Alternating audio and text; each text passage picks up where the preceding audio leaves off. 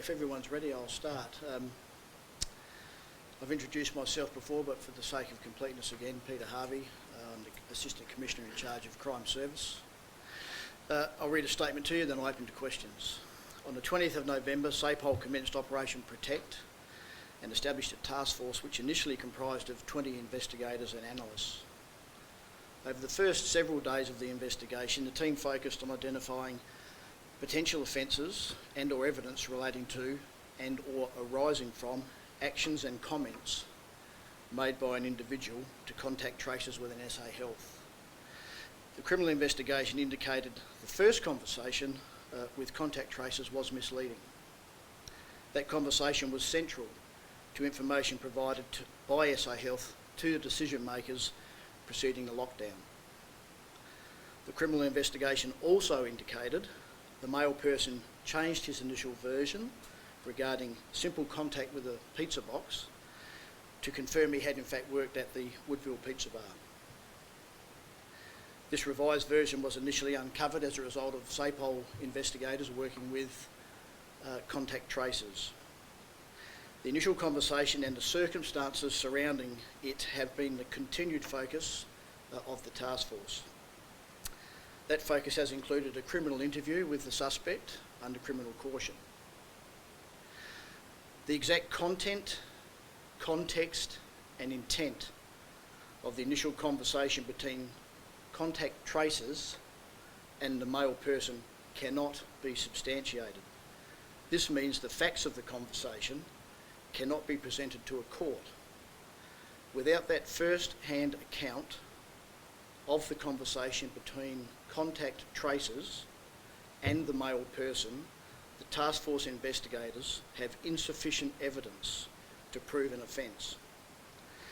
The suite of available evidence which investigators do have has been provided to the DPP and to senior SAPOL prosecution members. This includes the interview that was conducted with the suspect. In very simple terms, from that point on, the advice provided back to investigators is that, based on the limited evidence available for presentation to a court, the matter would not likely succeed or progress. Based on that advice, no criminal charge will be laid by the task force investigators against the male suspect at the centre of the investigation. From a criminal investigation perspective, this matter is complete. So I'll open to questions. Does this mean that this man has essentially gotten off scot-free? And I suppose you almost look frustrated. Is that a fair comment? So I said from the outset, I would approach this with the investigators with an open mind. That's my obligation. And I must deal with facts, and the world of the investigator is the facts must be packaged in a way that will be presented to a court. That's not possible in this circumstance because certain information is not provided to SAPOL, which is held by SA Health. The first conversation you had with this individual, was it recorded or not? The first conversation that your SA Health had with him, was that recorded? We do not have that information. Is that why? We have no information about the first conversation other than a broad understanding. So central to a police prosecution is actual evidence. So whilst there's an understanding of what occurred, it happened in the stream of contact tracing, and it is a great difficulty to push that into the criminal side. So we don't have that evidence. If the evidence can't be substantiated, does SAPOL feel like it went a little bit too hard too early for this? In what sense? In the sense of whether it came out that this man was so brand provider, does SAPOL feel like it might have gone a little bit too hard on this person too early, or was it just a matter of the investigation? So from my perspective, which is all I'll comment on, I have absolute confidence that the investigation was appropriate based on fact, which is what I said from the word go. We're not led by the emotion that was caught up in the whole event. So I wouldn't think at all to describe that we went too hard at any level. There was an obligation from the investigative side to look at it closely, but everything that happened in the lead up to it, is public knowledge. Has this person apologised to you and your team, and last week, and I imagine he's feeling fairly lucky and fairly remorseful. Well, you know, a statement has been issued through the Mail solicitor where, in broad terms, they expressed remorse for what has happened. I don't know if that translates to what was said. You'll have to ask him. Does this maybe change the way that these SA Health interviews in future and any other potential outbreaks might be conducted, given the lack of substantiated evidence that you've discovered? I think that's a good conversation for the future. Certainly one I'm sure Health will be keen to expand on and work with, I think, the police also into seeing how two lots of obligations here. One is the public health side of the fence and the other is a criminal prosecution. And what is the greater good? What serves the greatest purpose? Professor Spurrier had said previously that there is often a rub point when it comes to information held by two agencies. So there's part two to the story, and that's the health side of the story. So my side, the investigation side, is very clear. Commissioner, are you saying that the evidence was not strong enough to hold up in court, but was strong enough to send the state into lockdown? So all I can comment on is the evidence we have for the criminal trial.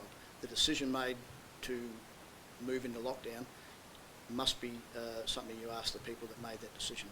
I can't comment. Because it said that there's other parties that were investigating. What happened to those last week? So I make no comment about any other investigation. This is the one I'm going to talk about today. It's finished. So you were only investigating one person? You weren't investigating other people? For this charge, yes. And it was the case that you couldn't compel SA Health to provide you with any information they may or may not have. Now you see, this is the beauty of the system we all work in.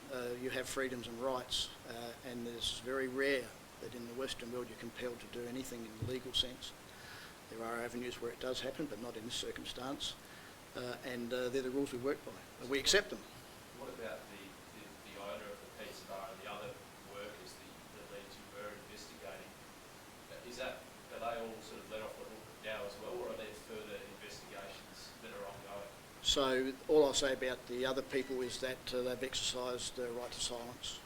What about the business as a whole? Are you investigating any other businesses related to this business? I know Sorry. the person who owns the pizza bar and owns several other businesses, are you investigating anything in the line of business and what actions they're involved in?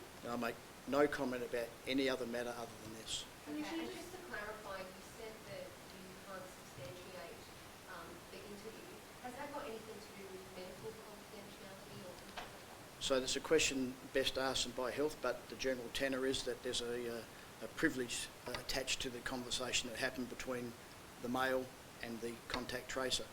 And is that why you can't send it to court? Well, that's why we can't have access.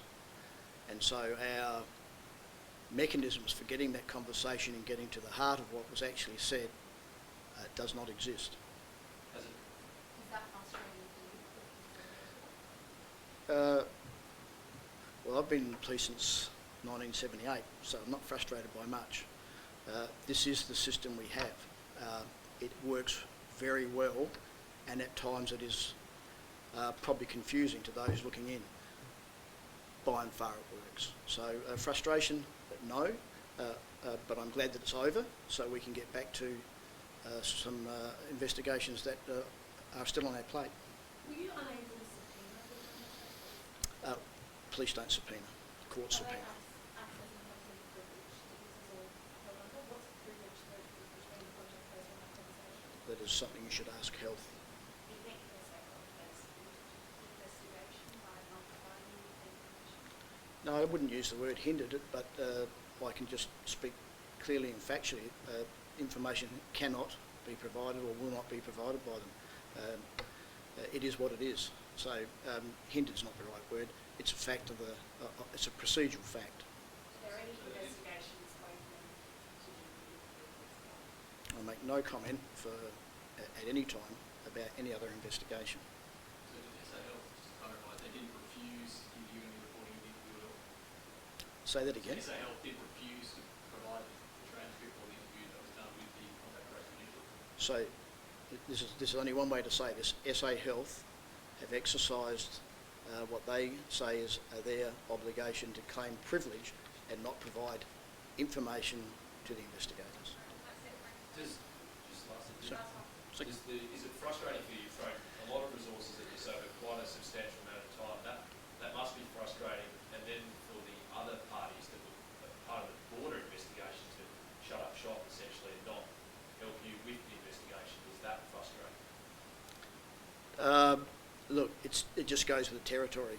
This is not the first investigation in the history of SAPOL where witnesses don't come forward or evidence can't be provided. It's just that you have vision of it. This is a regular occurrence. It's a frustration in the sense that an outcome doesn't come, but the outcome actually is there is no charge laid. And I said that from the word go.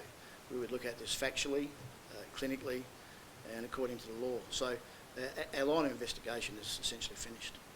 So I'm sure Health would be keen to answer your questions, and I would reflect on, for what it's worth, and I hope you take this on board, that the work done by Health has been stellar. We're in a safe place. This is just one little issue, and I hope it's taken into that context because they're doing a lot to keep you safe. They're doing a stellar job. This is just business. Okay? Thank you.